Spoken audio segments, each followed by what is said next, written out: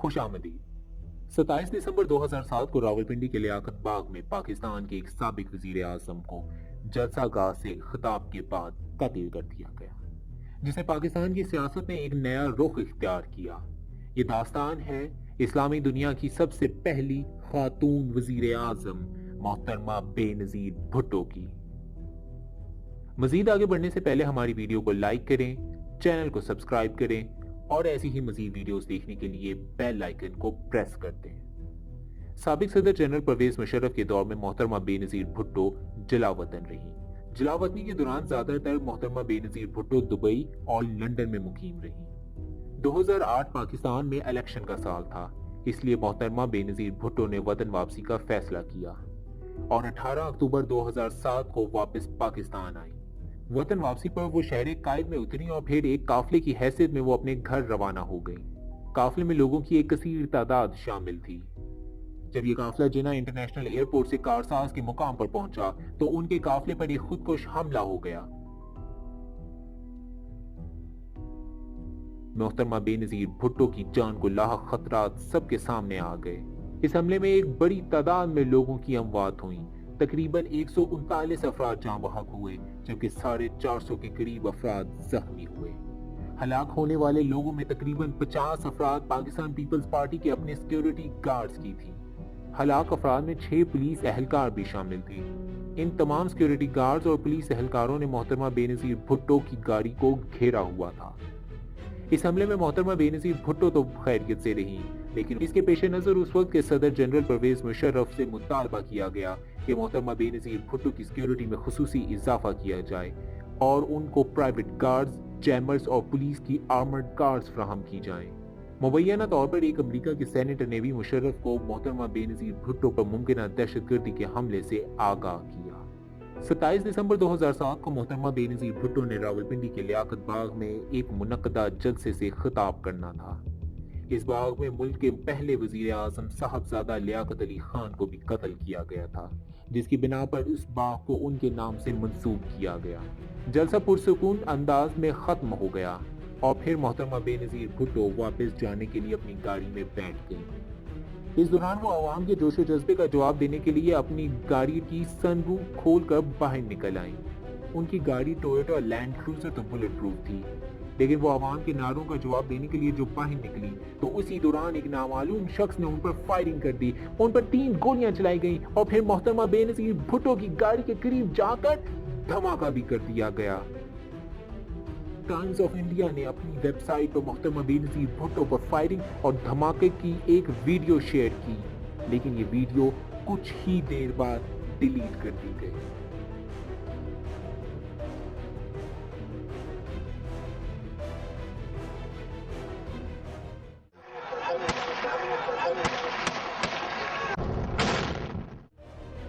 اس حادثے کے بعد محترمہ بے نظیر بھٹو کو بے ہوشی کے عالم میں ہسپتال پہنچایا گیا، لیکن ٹریفک کی وجہ سے اس میں تاخیر ہوئی۔ راولپنڈی جنرل ہاسپٹل کے سینئر ڈاکٹروں پر مشتمل ایک ٹیم نے راولپنڈی میڈیکل کالج کے پرنسپل ڈاکٹر محمد مصدق خان کی زیر نگرانی زخمی محترمہ بے نظیر بھٹو کے علاج کی بھرپور کوشش کی۔ ڈاکٹروں نے ان کی جان بچانے کی ہر ممکن کوشش کی، یہاں تک کہ ان کے دل کو ریوائیو کرنے کے لیے لیفٹ لیٹرل تھوراکوٹمی بھی کی گئی۔ یہ ایک ایسا طریقہ ہے جس میں چھاتی کو چیر کر دل جسم سے باہر نکال لیا جاتا ہے اور اسے مصنوعی طور پر چلانے کی کوشش کی جاتی ہے۔ یہاں یہ بھی قابل ذکر ہے کہ ڈاکٹر محمد مصدق خان ڈاکٹر صادق خان کے بیٹے ہیں، جنہوں نے ملک کے پہلے وزیر اعظم صاحبزادہ لیاقت علی خان کو شہر کے اسی باغ میں قاتلانہ حملے میں زخمی ہونے پر ابتدائی طبی امداد دی، لیکن وہ ان کی جان بچانے میں ناکام رہے۔ اسی طرح ان کے بیٹے ڈاکٹر مصدق خان بھی ملک کی پہلی خاتون وزیر اعظم کی جان بچانے میں ناکام رہے۔ پاکستان پیپلز پارٹی کے ترجمان نے ابتدا میں میڈیا کو بتایا کہ محترمہ بے نظیر بھٹو اس واقعے میں محفوظ رہی۔ بعد میں ان کے زخمی ہونے کی اطلاع دی گئی اور آخرکار رات 8:16 پر اسلامی دنیا کی پہلی خاتون وزیر اعظم محترمہ بے نظیر بھٹو کی موت کا اعلان کر دیا گیا۔ محترمہ بے نظیر بھٹو کی موت کی خبر پر ملک بھر میں اور خصوصاً صوبہ سندھ میں فسادات شروع ہو گئے۔ روزنامہ جنگ کی رپورٹ کے مطابق ان فسادات میں 28 railway station, 13 railway engine, 7 rail گاڑیاں جلا دی گئیں۔ اس کے ساتھ ساتھ ہزاروں موٹر سائیکلیں اور گاڑیوں کو بھی نظر آتش کر دیا گیا۔ ان گنت اشارے توڑ دیے گئے اور لوگوں کی کروڑوں کی املاک کو نقصان پہنچایا گیا۔ حالات کے بگڑنے پر حکومت پاکستان نے صوبہ سندھ میں رینجرز کو فساد کرنے والے لوگوں پر دیکھتے ہی گولی چلانے کا حکم دے دیا۔ سندھ میں مظاہرین نے پولیس اہلکاروں پر ہی حملے شروع کر دیے اور ان فسادات کے نتیجے میں چند ہی دنوں میں تقریباً 100 افراد ہلاک ہوئے اور پاکستان کا اربوں روپے کا نقصان ہوا۔ محترمہ بے نظیر بھٹو کے جسد خاکی کو راتوں رات خصوصی پرواز کے ذریعے راولپنڈی کے چکلالہ ایئر بیس سے سکھر پہنچایا گیا۔ محترمہ بے نظیر بھٹو کے لواحقین نے عوامی دباؤ کے باوجود ان کی لاش کا پوسٹ مارٹم کرانے سے انکار کر دیا۔ محترمہ بے نظیر بھٹو کو اس راولپنڈی حادثے کے اگلے ہی روز دوپہر کے وقت سپرد خاک کر دیا گیا۔ محترمہ کی موت کے بعد ان کے قاتلوں کا تعین کرنے کے لیے تحقیقات کا آغاز کیا گیا، لیکن سب سے پہلے اس بات پر بحث شروع کر دی گئی کہ محترمہ بے نظیر بھٹو کی موت کی آخر کیا وجہ تھی۔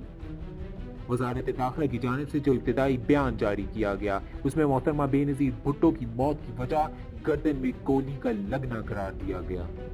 پاکستان پیپلز پارٹی کے سیکیورٹی ایڈوائزر رحمان ملک نے یہ بیان دیا کہ حملہ آور نے پہلے محترمہ بے نظیر بھٹو پر 3 گولیاں چلائیں جو کہ ان کی گردن اور سینے پر لگی، پھر اس نے خود کو دھماکے سے اڑا لیا۔ وزارت داخلہ کے ترجمان جاوید چیمہ کے مطابق محترمہ بے نظیر بھٹو کی موت یا تو گولی لگنے سے ہوئی یا دھماکے کے دوران اڑنے والے چھروں کی وجہ سے ہوئی، لیکن وزارت داخلہ نے بعد میں اپنا موقف ہی تبدیل کر لیا کہ محترمہ بے نظیر بھٹو کی موت گولی یا چھرے لگنے سے نہیں ہوئی بلکہ دھماکے کے دوران پیدا ہونے والی لہروں کی وجہ سے محترمہ بے نظیر بھٹو کا سر گاڑی کی سن روف کے لیور سے ٹکرا گیا، جس کی وجہ سے ان کے سر میں ڈپریسڈ اسکل فریکچر ہو گیا جو کہ ان کی موت کا باعث بنا۔ پاکستان پیپلز پارٹی نے حکومت کا یہ موقف تسلیم کرنے سے یکسر انکار کر دیا کہ محترمہ بے نظیر بھٹو کی موت گولیاں لگنے سے نہیں بلکہ حادثاتی طور پر گاڑی کا لیور لگنے سے ہوئی۔ پاکستان پیپلز پارٹی کے ترجمان فرحت اللہ بابر نے حکومتی موقف کو یکسر جھوٹا قرار دیا۔ پاکستان پیپلز پارٹی کے سینئر سیاستدان اور وکیل فاروق ایچ نائک نے بھی حکومتی دعوے کو جھوٹ کا پلندہ قرار دیا، یہاں تک کہ اس گاڑی کو بنانے والی کمپنی ٹویوٹا کے ترجمان نے بھی وضاحت جاری کی کہ ان کی گاڑی میں تو کوئی ایسا لیور ہی موجود نہیں ہے جس سے اتنا گہرا زخم آ سکے اور کسی شخص کی جان جا سکے۔ وزارت داخلہ کا یہ بیان ہسپتال کے ابتدائی بیان کے بھی منافی تھا، جس کے مطابق بے نظیر کے سر اور گردن میں گولیاں لگی جو کہ ان کی موت کا باعث بنی۔ لیکن بعد میں روزنامہ دی نیوز میں راولپنڈی میڈیکل کالج کے پرنسپل اور بے نظیر کا علاج کرنے والی ڈاکٹرز کی ٹیم کے سربراہ ڈاکٹر محمد مصدق خان کا ہسپتال کی کلینکل نوٹس کے حوالے سے یہ بیان چھاپا گیا کہ محترمہ بے نظیر بھٹو کے جسم اور سر پر کئی زخم تھے، خاص طور پر ان کی کھوپڑی بائیں جانب سے ٹوٹی ہوئی تھی جو کہ ان کی موت کا باعث بنی۔ 31 دسمبر 2007 کو راولپنڈی جنرل ہاسپٹل کے ترجمان اطہر من اللہ نے ایک پریس کانفرنس کی اور محترمہ بے نظیر بھٹو کے علاج کے کلینکل نوٹس میڈیا کے سامنے پیش کیے، جس پر محترمہ بے نظیر بھٹو کا علاج کرنے والے ڈاکٹرز کے دستخط بھی تھے۔ ان نوٹس میں شروع میں جب محترمہ بے نظیر بھٹو کو ہسپتال لایا گیا سے لے کر ان کی موت کا اعلان ہونے تک علاج کی مکمل تفصیلات شامل تھیں، جو کہ رپورٹ کے دوسرے حصے میں محترمہ بے نظیر بھٹو کا ڈیٹیل ایکسٹرنل ایگزامینیشن شامل تھا، جس میں کہا گیا کہ محترمہ بے نظیر بھٹو کے جسم پر سر کی بائیں جانب ایک زخم کے علاوہ کوئی دوسرا زخم موجود نہیں تھا۔ ان کے سر کا ایکس رے بھی کیا گیا۔ ان نوٹس میں یہ لکھا گیا کہ محترمہ بے نظیر بھٹو کا علاج کرنے والے ڈاکٹرز پیتھولوجسٹ نہیں تھے اور نہ ہی خاندان کی جانب سے پوسٹ مارٹم کی اجازت دی گئی۔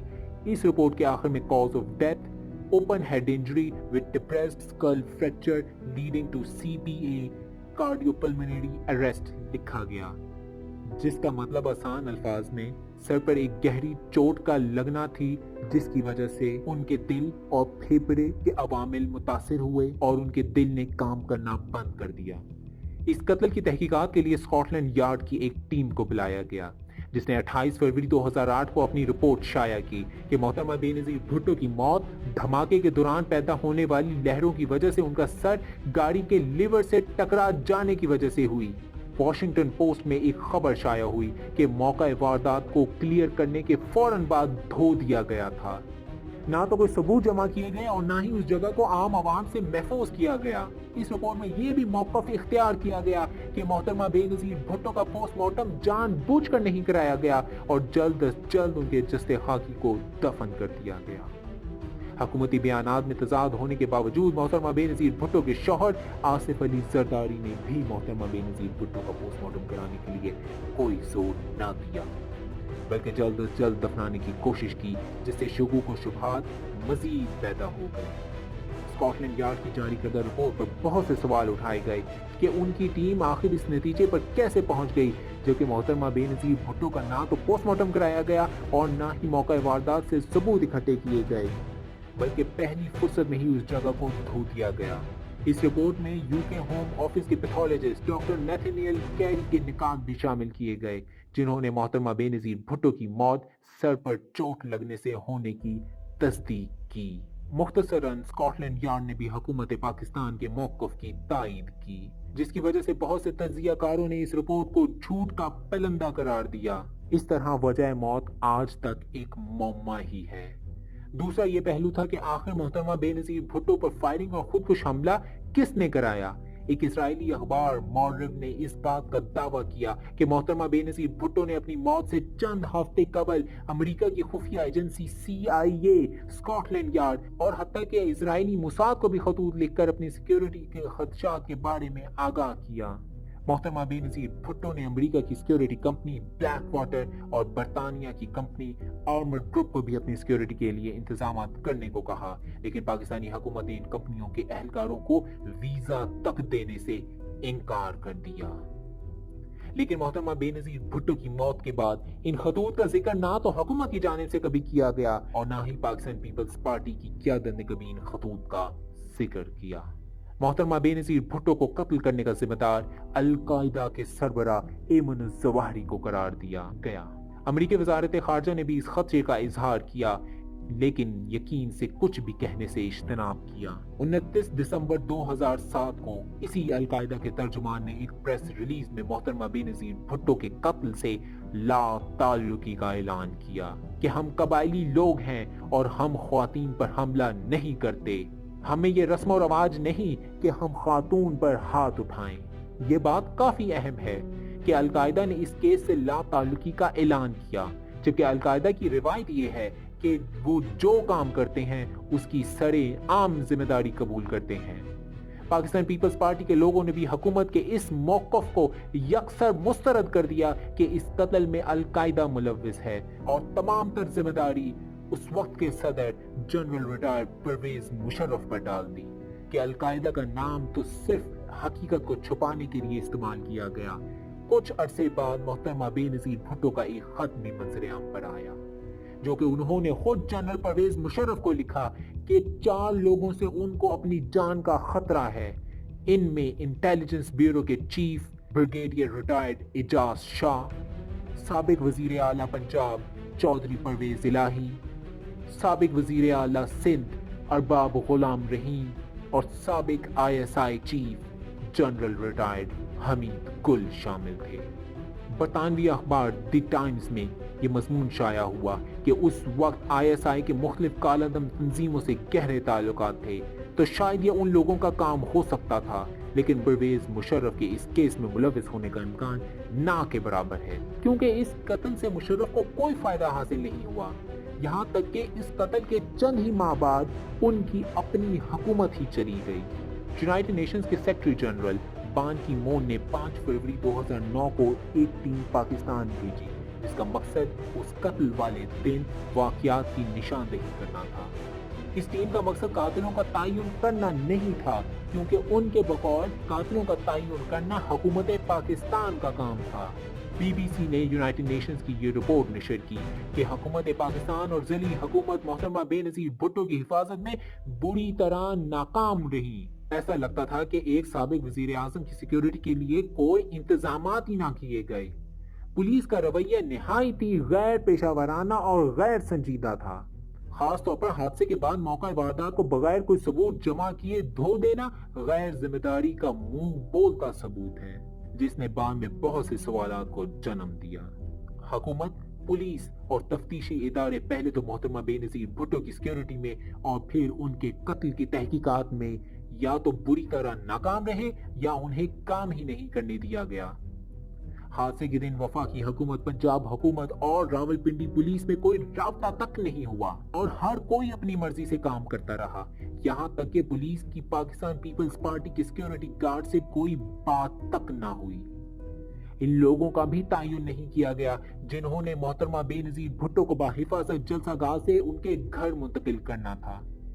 پاکستان پیپلز پارٹی کے منصوبے کے تحت محترمہ بے نظیر بھٹو نے جلسے کے بعد بلٹ پروف مرسیڈیز بینز میں واپسی کا سفر کرنا تھا، لیکن عین موقع پر وہ گاڑی دیگر پاکستان پیپلز پارٹی کے لیڈر لے کر چلے گئے۔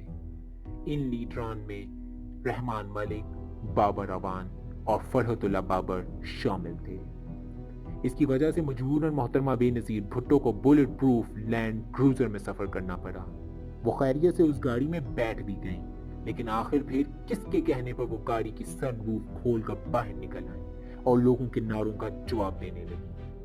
قانون نافذ کرنے والے اداروں کی نااہلی کا اندازہ اس بات سے بھی لگایا جا سکتا ہے کہ اس جلسے میں کسی بھی ہنگامی صورتحال سے نپٹنے کے لیے ایک راستہ مختص کیا گیا تھا، لیکن عین وقت پر اس ہنگامی راستے پر پولیس کی اپنی ہی گاڑیاں پارک کر دی گئی، جس کی وجہ سے محترمہ بے نظیر بھٹو کو ہسپتال لے جانے میں تاخیر ہوئی۔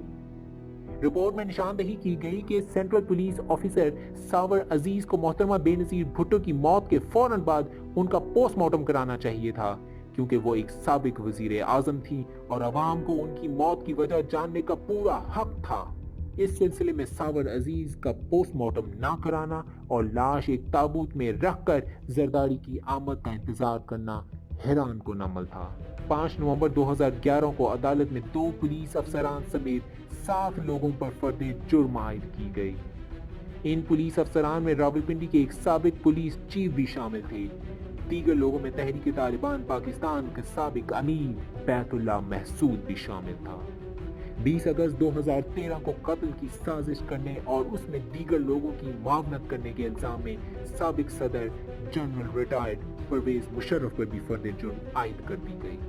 31 اگست 2017 کو سابق صدر جنرل ریٹائرڈ پرویز مشرف کو مجرم قرار دیا گیا اور دیگر 2 پولیس افسران کو 17 برس کی قید کی سزا سنا دی گئی کہ ان دونوں لوگوں نے عین موقع پر سیکیورٹی کا پلان تبدیل کیا، جس کی وجہ سے انہوں نے خود حادثے کو دعوت دی۔ لیکن گولیاں کس نے چلائیں، کس نے چلوائیں اور دھماکہ کس نے کروایا، ان قصورواروں کا تعین آج تک نہ ہو سکا۔ حقیقت تو یہ ہے کہ کچھ طاقتیں نہیں چاہتی تھی کہ محترمہ بے نظیر بھٹو کے قاتلوں کا تعین ہو سکے۔ اس بات کا اندازہ اس بات سے بھی لگایا جا سکتا ہے کہ اس کیس کے 7 اہم گواہان اور ملزمان کو دوران مقدمہ ہی قتل کر دیا گیا اور ان سب ملزمان کا قتل پورے سرار طور پر کیا گیا۔ ان میں پہلا بیت اللہ محسود تھا، جو کہ تحریک طالبان پاکستان کا سابق امیر تھا اور جس کو 5 اگست 2009 کو ایک ڈرون اٹیک میں مار دیا گیا۔ دوسرا خالد شہنشاہ تھا، جو کہ محترمہ بے نظیر بھٹو پرسنل سیکیورٹی انچارج تھا۔ اس پر شک کی بنیادی وجہ وہ پورے سرار اشارے تھے جو وہ محترمہ بے نظیر بھٹو کے ساتھ کھڑے ہو کر آخری جلسے میں سٹیج پر سے کر رہا تھا، لیکن یہ اشارے کس کے لیے تھے یہ آج تک معلوم نہ ہو سکا۔ یہ تمام اشارے کیمرے میں ریکارڈ ہو گئے۔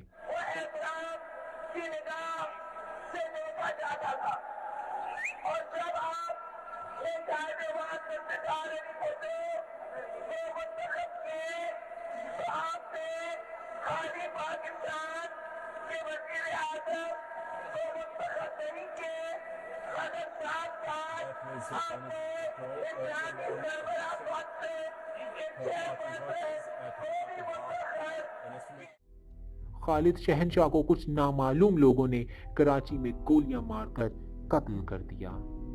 اس کیس میں ایف آئی اے کے پروسیکیوٹر ذوالفقار علی کو بھی نامعلوم افراد نے اسلام آباد میں فائرنگ کر کے قتل کر دیا۔ کالا دن تنظیم کے جن دہشت گردوں پر اس قتل کا الزام لگایا گیا ان کو بھی مار ڈالا گیا۔ عبد الرحمن اور قاری اسماعیل کو خفیہ اداروں نے مار دیا، جبکہ صدام اور احمد کو امریکی ڈرون اٹیک میں مار دیا گیا۔ محترمہ بے نظیر بھٹو کے قتل کا فائدہ اگر کسی کو ہوا تو وہ خود پاکستان پیپلز پارٹی ہی تھی، جس کو آئندہ انتخابات میں اکثریت ملی اور انہوں نے وفاقی حکومت بنا لی، لیکن وہ اپنے دور حکومت میں اپنی ہی لیڈر محترمہ بے نظیر بھٹو کے قاتلوں تک نہیں پہنچ سکے۔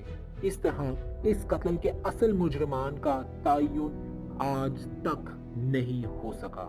یہ تھی اسلامی دنیا کی پہلی خاتون وزیر اعظم محترمہ بے نظیر بھٹو کے قتل کی مکمل داستان۔ آپ کو ہماری ویڈیو کیسی لگی؟ ویڈیو پسند آنے کی صورت میں ویڈیو کو لائک کریں، چینل کو سبسکرائب کریں اور نیچے کمنٹس میں اپنی قیمتی رائے سے ضرور آگاہ کریں۔ بہت شکریہ۔